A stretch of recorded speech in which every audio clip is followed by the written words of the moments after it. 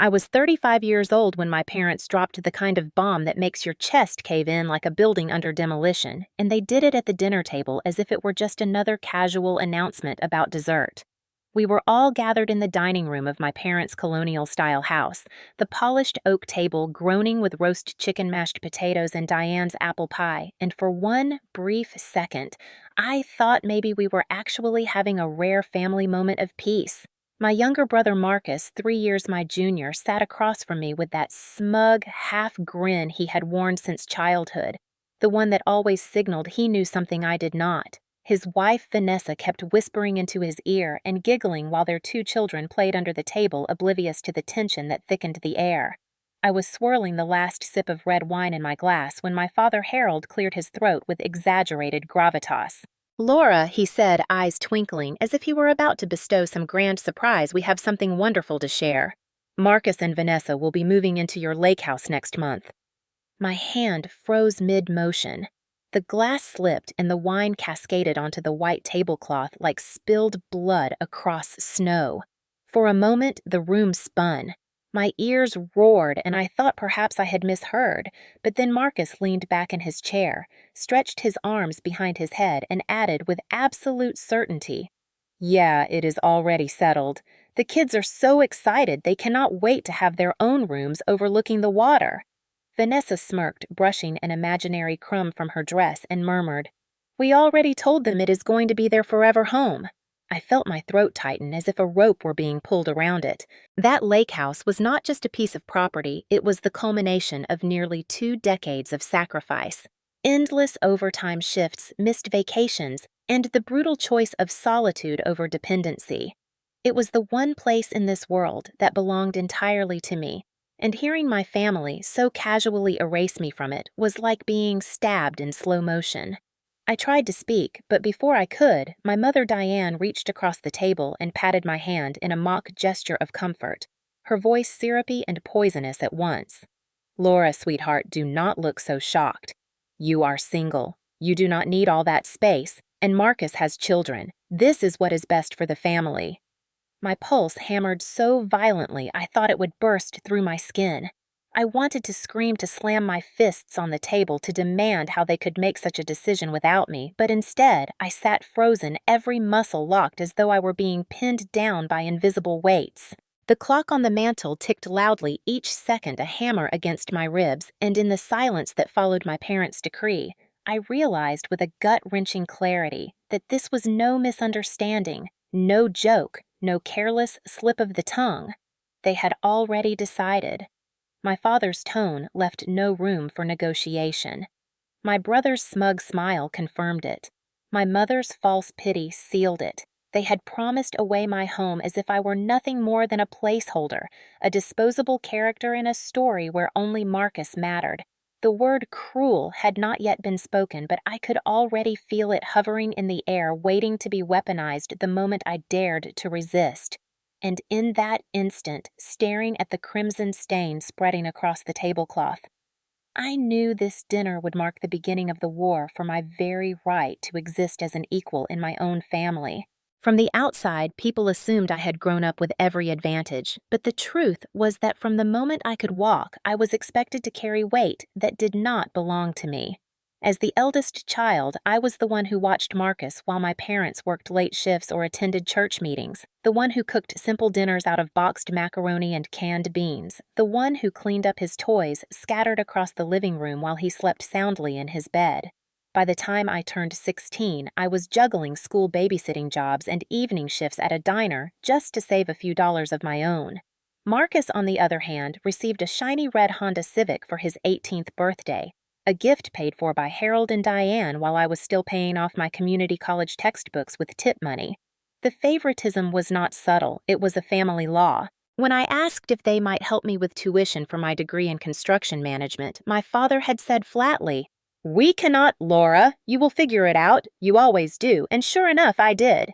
Taking out loans and working double shifts, swallowing the bitterness that rose in my throat every time Marcus flaunted his free ride. I learned early that being the daughter meant being the background character in the Bennett household. Marcus's soccer trophies adorned the mantel, his graduation photo framed in silver in the hallway, while my honor certificates were stuffed into a drawer somewhere. Even at Christmas, when I wrapped thoughtful gifts I had budgeted carefully for my parents, would gush louder over whatever Marcus handed them, no matter how cheap or last minute.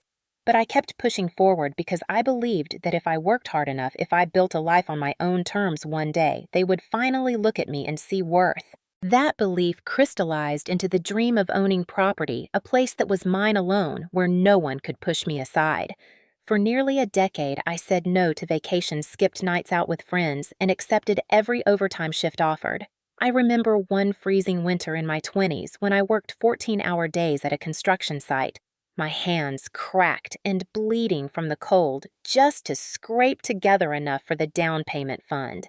At 33, after years of grinding, I signed the deed to the lake house, sliding a cashier's check for $103,000 across the title company's desk. My chest swelled with pride that day, but when I told my parents, Diane merely pursed her lips and said, "Well, it is a lot of responsibility for a single woman. Are you sure you can handle it?" Harold shrugged. "At least Marcus will know he has somewhere to stay if things ever get tough."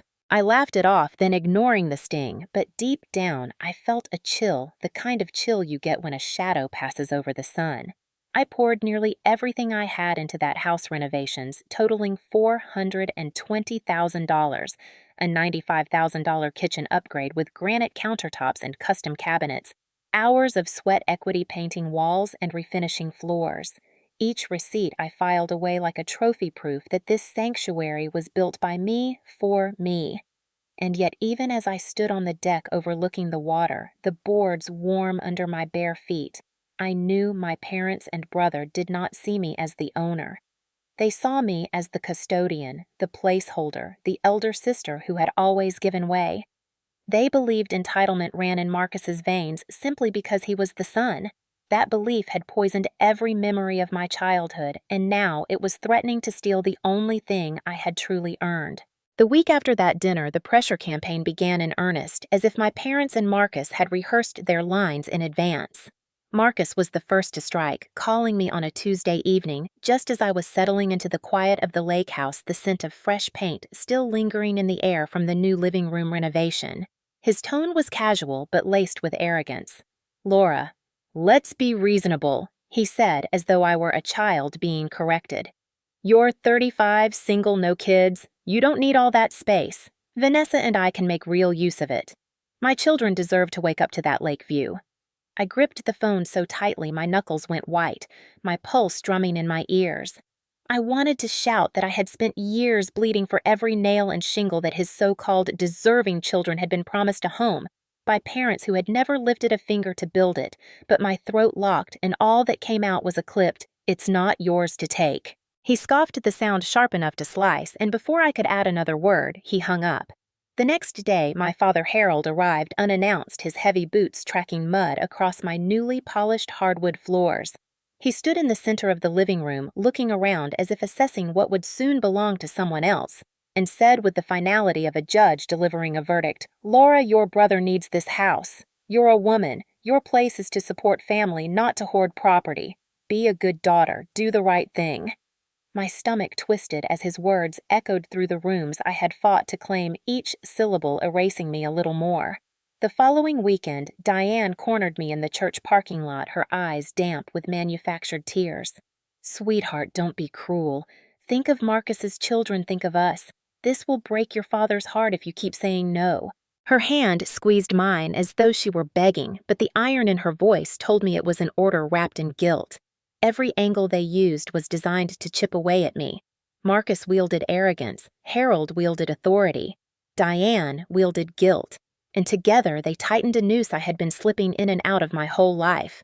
Vanessa joined in too, her voice sharp when she called late one night. "We already told the kids this is their forever home. Do you want to be the monster who rips that away from them?" I sat in silence, the phone pressed to my ear. Tears burning but refusing to fall, and for a moment I almost wavered, almost surrendered, almost let the old role of self-sacrificing older sister drag me under again. But then I looked around at the framed invoices pinned neatly above my desk, the contracts signed in my name, the photographs of me standing beside builders in hard hats while sawdust rained down and the fire returned to my chest. This house was not a gift. It was not a favor. It was the evidence of my blood and bones poured into a dream. And if they wanted to come for it, they would have to step through a barricade of every receipt, every legal document, and every ounce of steel I had spent a lifetime forging. The Bennetts had always underestimated the eldest daughter, but this time they were going to learn that the sister they had overlooked was no longer willing to be erased. The barrage did not stop with arrogance and entitlement. It evolved into a theater of tears and threats, a choreography my parents had perfected over decades of making me the guilty party for simply existing. One evening, Diane showed up at the lake house with a casserole dish in her hands, as if comfort food could disguise the poison in her words. She set it on the counter, sighed heavily, and dabbed at her eyes with a tissue that looked too perfectly crumpled to be real. "Laura, sweetheart," she began in that tremulous voice that always meant she was about to twist the knife. "You know how much this would mean to your brother. You know how much it would mean to us. If you dig in your heels, it will break your father's heart. He has high blood pressure. He cannot handle this stress. Do you really want to be the reason he ends up in the hospital?" My chest constricted, anger boiling beneath the surface because I had spent my entire childhood carrying their worries like sandbags strapped to my shoulders. I wanted to scream that I was not responsible for Harold's blood pressure, but instead I forced myself to remain silent. My fists clenched so hard, my nails bit into my palms. The next morning, Marcus called again, his voice sharp this time, stripped of any pretense of brotherly persuasion. "Listen, Laura, if you don't agree to this, you will regret it. I'll talk to Mom and Dad and we'll make sure you're cut out of the will. Don't think you'll see a dime when they're gone. All you're doing is hurting yourself." The words hit me like blows, but the truth was bitterly ironic. I had never once counted on an inheritance from Harold and Diane. Every major milestone of my life had been built with my own hands, while Marcus coasted on their generosity. The threat was empty, but it was also familiar. For 35 years, they had dangled love, approval, and recognition like carrots, snatching them away whenever I dared to assert myself. Vanessa joined the chorus with her own brand of cruelty, leaving a voicemail late at night that played like a knife sliding slowly between ribs. "The kids cried themselves to sleep tonight because you won't let us move in. Do you feel good about that, Laura? Do you sleep well knowing you're so selfish?" Her voice cracked with faux emotion, but I could hear the triumph beneath it. They wanted me boxed in by shame, corralled by the same old narrative that the eldest daughter must sacrifice, so everyone else could flourish. I sat on the edge of my bed, phone clutched in hand, the message replaying in my head like a curse, and for a moment the walls of the house seemed to press inward, suffocating me with the weight of expectation. But then, somewhere deep inside, a defiant spark flickered to life. I remembered being 12 years old, saving my allowance to buy Marcus a new pair of cleats because Harold had said we could not afford them, only to watch my parents praise him for scoring a goal, while I stood invisible on the sidelines. I remembered staying up late in college working 2 jobs to cover tuition while Marcus partied with money wired from home. And I remembered the day I signed the deed to this lake house, my hands trembling with pride as I finally claimed something that was mine. The casserole on the counter had gone cold, untouched, a symbol of all the guilt wrapped in false kindness they had fed me for decades. I stared at it and realized that I had swallowed enough poison to last a lifetime. They could cry, they could threaten, they could drag the ghost of inheritance across the floor like chains, but I was no longer the sister who bent and broke under their manipulation. They had mistaken my silence for weakness, but silence can also be the gathering storm before the thunder breaks. That night, I turned off my phone, pulled the curtains shut against the dark lake, and spread the mountain of paperwork across my dining table like a battlefield map. Each folder, each receipt, each signed contract was a weapon, forged from years of sacrifice, and as I touched them, my anger hardened into resolve. There was the thick stack of invoices from Anderson and Kobe, builders itemizing every nail beam and shingle of the $420,000 I had poured into renovations. There was the glossy portfolio from Harper Interiors with before and after photos of the $95,000 kitchen upgrade, the marble countertops gleaming under pendant lights I had chosen after weeks of overtime shifts. There was the stamped deed of trust bearing my name alone in bold black ink, undeniable proof of ownership. I lined them up in rows the way a general might arrange soldiers before a decisive battle, and the sight of them filled me with a kind of grim satisfaction. For too long, I had allowed Harold, Diane, and Marcus to frame me as the fragile, expendable daughter, the sister who existed only to yield. But these documents told a different story, one carved in sweat and ledger lines. I thought back to the winter I had worked 14-hour days at a construction site, my hands raw and cracked from the cold, just to scrape together the last of the down payment. I thought of the birthdays I had skipped, the friends I had drifted from, the vacations I had never taken, because every dollar was earmarked for this dream. This house was not just walls and windows. It was the physical embodiment of every choice I had made to rise above being invisible in my own family. The guilt tactics, the threats, the false tears, they were all smoke designed to obscure the truth. And for the first time, I saw clearly I did not owe Marcus or my parents a single inch of this place. I owed myself the dignity of standing firm. I gathered the folders into a leather briefcase I had bought years ago, thinking I would need it for some undefined important moment.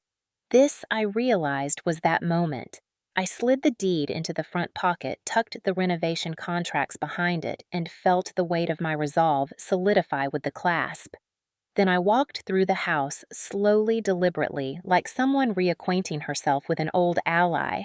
The fresh pine scent of the new deck boards rose in the cool night air. The kitchen counters shimmered under the light. The walls echoed with silence that felt protective rather than lonely. This house had sheltered me, even when my own blood turned against me, and I whispered into the empty rooms, "They will not take you from me." For the first time in weeks, I slept deeply, the briefcase locked in the fireproof safe beside my bed, a sentinel against intrusion. When I woke, the sun spilling gold across the lake, I felt lighter, as though the years of guilt and obligation had burned away in the night. My phone was buzzing with missed calls and messages, the screen flashing with words like selfish, cruel, heartless, but I no longer felt pierced by them. I was done explaining, done apologizing, done living as the dutiful sister who surrendered without a fight. My parents and Marcus had mistaken my silence for surrender, but silence can also be strategy, and mine was ending. The storm was coming, and this time I would not cower. This time I would meet it armed with truth law and the unshakable certainty that I had finally chosen myself. The showdown I had been bracing for came sooner than I expected. On a crisp Saturday morning, the air still damp with the scent of pine from the nearby woods, I drove up to the lake house to check on the deck extension. My contractor, Eli Johnson, a grizzled man with sun-leathered skin and the kind of no-nonsense attitude you only earn after 30 years in construction, was already there with his crew. Sawdust floated through beams of light like golden snow hammers rang out in steady rhythm, and for a moment the house felt alive with progress. Then I heard the crunch of tires on gravel. I turned to see Marcus's SUV roll in my parents' sitting proudly in the back seat like royalty surveying new land. Vanessa stepped out first, tugging at her tailored jacket as if she already owned the place, while Marcus strolled forward with the swagger of a man who had never once been told no. Harold adjusted his hat and Diane clutched her purse, their faces radiating smug certainty. "Beautiful, isn't it?" Marcus said loudly, addressing Eli as though I were invisible. "We'll be moving in soon, so I wanted to check the progress myself. My kids are going to love this deck." Eli straightened, wiping his hands on a rag, his eyes darting from Marcus to me. "I'm sorry." "Who are you again?" Marcus chuckled, the sound grating, and replied, "I'm the new owner, the one this house is really meant for. My parents already promised it. I just need to make sure everything is done right for my family." My heart pounded heat crawling up my neck, but I forced myself to stay calm. I stepped forward, pulling the contract from my bag with steady hands. "That's not correct," I said firmly, my voice louder than I intended.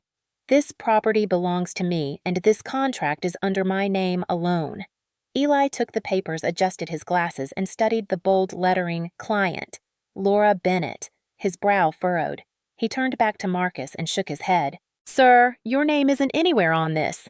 All instructions come directly from Ms. Bennett. That's the agreement we signed, and that's the agreement we'll honor. Marcus's face turned crimson, his jaw clenching so tightly I thought his teeth might crack. This is family business, he snapped, glaring at Eli. Stay out of it. Harold stepped in, his voice booming with authority. Marcus is my son. He's the rightful heir. Laura should be glad to share instead of clinging to something she doesn't need. Diane nodded, her lips pursed. Don't be selfish, Laura. This house is for Marcus's children. You'll regret making a scene. Their words ricocheted through the crisp morning air, echoing against the frame of the lake house, but for once, I did not flinch. The workers had stopped hammering, their eyes fixed on us, the weight of silent witnesses pressing down on my parents' performance. Eli folded the contract back into my hands and cleared his throat. I don't care about family politics. I care about the name on this agreement, and that name is Laura Bennett. Until she tells me otherwise, this is her house and we work for her. The silence that followed was thick and suffocating. Vanessa's smirk faltered. Harold's bravado dimmed. Diane's eyes darted nervously to the crew, who had clearly heard every word. Marcus sputtered, searching for another angle, but nothing came. In that moment, the cracks in their entitlement began to show, and for the first time in a long time, I felt the ground shift beneath my feet in my favor. If the confrontation at the construction site rattled them, it only pushed Marcus and my parents to escalate their war in the one arena they still thought they controlled, the court of public opinion. By the following Monday, my phone was buzzing nonstop with notifications, each one another dagger aimed at my reputation. Marcus had posted on Facebook a long-winded rant accompanied by a photo of him and his children smiling by the lake, taken without my permission during some earlier visit. The caption read, "My cruel sister locked us out of the family home. She has no compassion for her own niece and nephew. Please pray for us as we deal with her selfishness." The comments poured in from his friends and church acquaintances. How could she? Family comes first. Poor kids.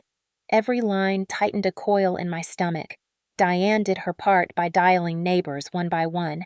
I later heard from Mrs. Patterson down the road that Diane had described me as unstable, ungrateful, and heartless. A woman who had turned her back on her family just to cling to a house too big for one person. Harold added his booming voice from the pulpit of the local VFW hall, declaring to anyone who would listen that Marcus was the rightful heir to the lake house and that I had betrayed the very values of the Bennett family. And then came the church service. Pastor Reynolds pulled me aside in the vestibule, his brow furrowed with discomfort. "Laura," he said gently, "your parents are very upset. They tell me you're refusing to share the house with your brother, that you're tearing the family apart. Is that true?" The sting of humiliation burned hotter than the noon sun pouring through the stained glass. Parishioners stared, whispers swirled, and for a moment I felt 12 years old again, cornered and defenseless. I swallowed hard and managed to reply, "Pastor, with respect, that house is mine. Every dollar was earned by me. I won't apologize for that." He sighed, clearly uncomfortable, and the conversation ended, but the damage was done. The smear campaign spread like wildfire, each retelling painting me as the villain. That evening, I found an anonymous email in my inbox, subject line, "Cruel Sister." The message read simply, "Heartless woman, you'll regret this. God sees what you're doing." My hands shook as I read it, rage and despair colliding in my chest. They were trying to isolate me, to make me the outcast, to shame me into compliance the way they always had. But this time was different. I opened the fireproof safe, pulled out my briefcase of documents, and set it firmly on the table. I stared at the deed, at the renovation contracts, at the mountain of proof that stood between me and their lies, and I reminded myself that facts were stronger than gossip. The smear campaign might tarnish my name temporarily, but it could not erase ink on paper or signatures under seal. They wanted to drag me through the mud in front of neighbors, church, and community. But I knew the truth was a fortress, and I had built it brick by brick. Still, as I sat alone in the quiet of the lake house, the glow of the computer screen painting shadows on the walls, I felt the loneliness press heavy on my chest.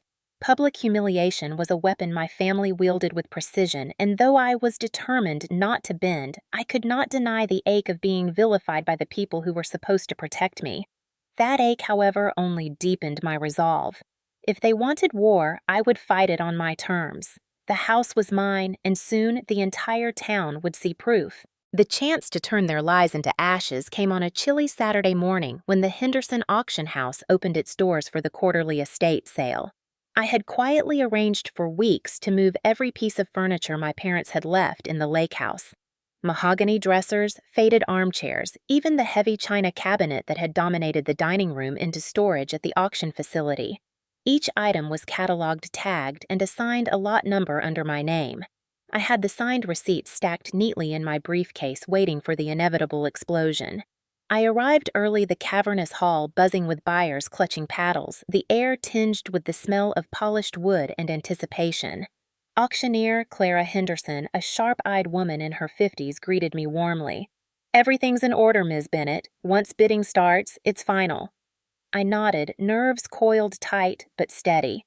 And right on cue, Marcus stormed through the double doors with Harold and Diane trailing behind. Vanessa strutting at his side as if she were walking a red carpet. Their voices carried across the hall. "Where are our things?" Diane demanded, her face flushed. "That cabinet was my mother's. How dare you move it without permission?" Marcus scanned the rows of furniture, his eyes narrowing when he spotted the tag that read, "Owner, Laura Bennett." He snatched it up and waved it angrily. "This is fraud. You can't sell family property." Clara stepped up to the podium, her voice calm but commanding. "Sir, these items were consigned legally by the owner listed on the deed of the lake house. Ms. Bennett provided documentation. Everything here belongs to her." The murmur of the crowd swelled whispers rippling like wind through tall grass. Harold's face turned crimson, his fist pounding against a table. "She's our daughter. She has no right to do this to her family. These are heirlooms." I pulled the briefcase open and laid the receipts across the podium in plain view. "Actually, I do. Every piece you see here was left in my house and my name is on the deed. These are the contracts with Henderson Auction House. It's legal, it's final, and it's mine to decide." Marcus lunged forward as though he could snatch the papers from Clara's hand, but two security guards intercepted him, their arms firm. Vanessa hissed something under her breath, her perfect facade cracking as she realized the crowd had turned. People were no longer staring at me with suspicion. They were staring at Marcus and my parents with open disgust. A man in the back muttered, "Entitled brats," and someone else shook their head, whispering, "That poor woman." Clara lifted her gavel, the sound sharp as it struck wood. "Lot 73 mahogany dresser, starting bid $200. The bidding began, paddles shooting into the air, and with each sale, my parents' legacy dissolved before their eyes. The china cabinet, the faded armchairs, the side tables, all gone sold to strangers who had no knowledge of the years of manipulation tied to them. Diane's lips trembled as tears streamed down her cheeks, but for once, they did not move me. Harold's rage sputtered into silence, his shoulders slumping as reality set in. Marcus cursed loudly, but no one listened.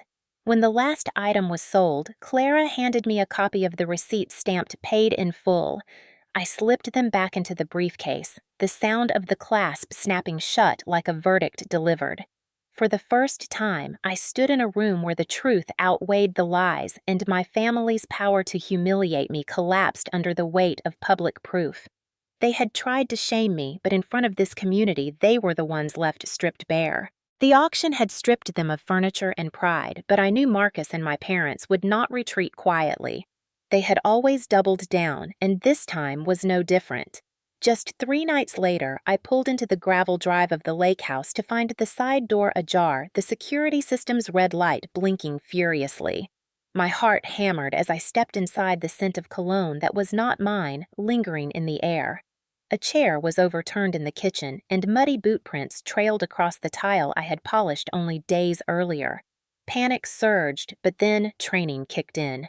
I tapped the emergency code on my safe home panel, and within minutes, blue and red lights washed across the lakefront.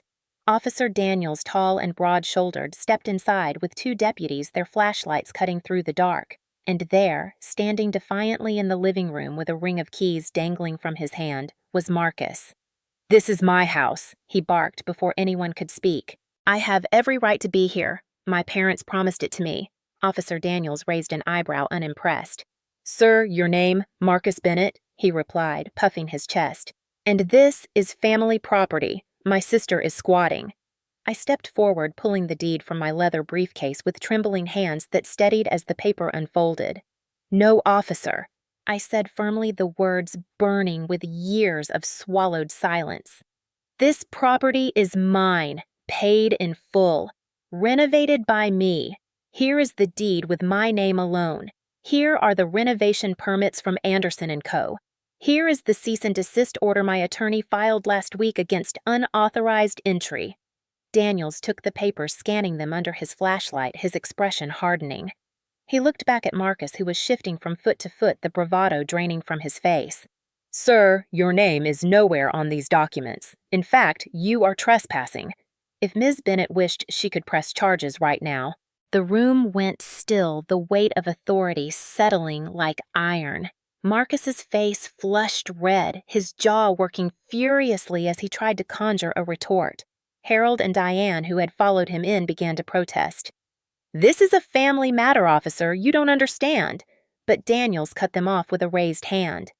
"What I understand is property law, and what I see here is clear ownership. If there are further attempts to enter without consent, arrests will follow. Do I make myself clear?" The deputies stepped closer, and for the first time in my life, I saw Marcus shrink. He dropped the keys, the metallic clatter echoing like defeat, and muttered, "This isn't over." Daniels handed the documents back to me, his voice softening. "Ms. Bennett, you're within your rights. Call us immediately if there's another problem. You shouldn't have to fight your own family to feel safe in your home." As they escorted Marcus and my parents out into the night, I felt something inside me shift. For decades, I had been told my role was to give to yield, to stand aside for the son.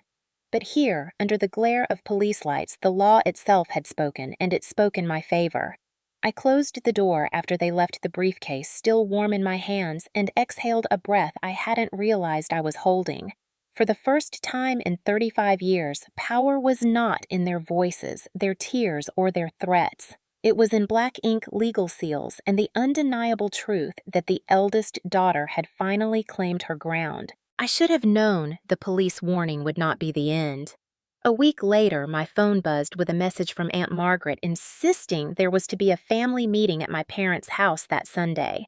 My first instinct was to ignore it, but something inside told me it was time to face the storm head on. When I walked into the living room, nearly every chair was filled with relatives Uncle Roy and his suspenders, cousins I had not seen in years, even a few neighbors invited as witnesses. Harold stood at the fireplace, gripping the mantel like a preacher about to deliver a sermon. Diane perched beside him with her tissue box in hand, and Marcus lounged smugly in the center, as though this were his coronation. Laura Harold began, his voice booming. "You have humiliated this family. You have sold heirlooms, embarrassed us in public, and now you've sicked the police on your own brother. This has gone far enough. Hand over the house or you will destroy us all." Diane dabbed her eyes theatrically. "Think of the children, Laura. Think of what people are saying about us. We raised you better than this." Murmurs of agreement rippled through the room, heads shaking, eyes boring into me like I was on trial. Marcus leaned forward, his smirk sharp as a blade. "Face it, sis, you've always been alone and this is why. No one wants you here making things worse. Do the right thing for once in your life. Sign it over." The words landed like hammer blows, each one trying to bend me back into the role I had played since childhood. The dutiful daughter, the sacrificing sister, the woman erased. But something inside me had hardened since the night Officer Daniels stood in my living room with the law at my back. I straightened, pulled the leather briefcase onto the coffee table and snapped it open. The sound echoed like a gunshot. "No," I said, my voice steady, carrying over the whispers. "What destroys families is entitlement. What destroys families is parents who tell their daughter she is less because she is not a son. What destroys families is a brother who believes he deserves what he never earned. Gasps broke out, but I pressed on pulling out the deed, the contracts, the police report, and laying them one by one like cards in a game only I could win. This house is mine. Legally, financially, indisputably. Every accusation you've hurled at me crumbles under these documents. You tried to smear me in church online across this town, but here is the truth. I will not surrender. I will not apologize. And I will not be erased. Harold's face purpled veins standing out on his neck, but before he could shout, I turned to the relatives and neighbors. You want to know what really breaks a father's heart? Forcing his daughter to live 35 years as though she were invisible. You want to know what cruelty is, promising away her home like she is nothing but a placeholder. Well, I am not invisible anymore. I am not cruel. I am free. The room fell silent, eyes darting, whispers dying. Uncle Roy cleared his throat awkwardly. Aunt Margaret shifted uncomfortably, and for the first time the tide turned. They could see the truth laid bare in ink and paper, and the performance of my parents and Marcus looked flimsy in its shadow. Harold sputtered. Diane wept. Marcus cursed under his breath, but I gathered the documents back into the briefcase, snapped it shut, and stood tall. This ends now. I said my words, final as stone. And without waiting for permission, I walked out of that house, out of their narrative, and into my own. After that meeting, there was no going back. Harold and Diane stopped calling, though I would hear through neighbors that they still spun their story to anyone who would listen, painting me as the ungrateful daughter who tore her family apart. But the more they talked, the less people believed them.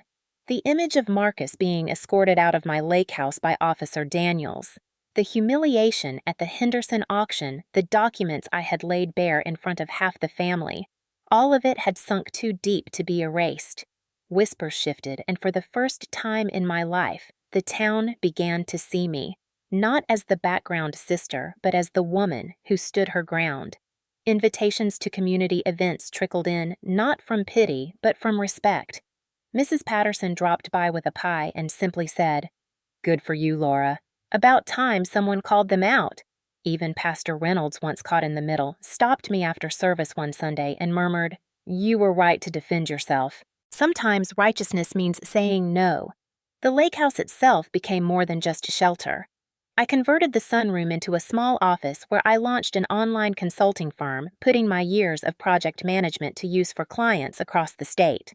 The upstairs loft I turned into a yoga studio, sunlight spilling across polished floors, a place where I could reclaim not just space, but peace.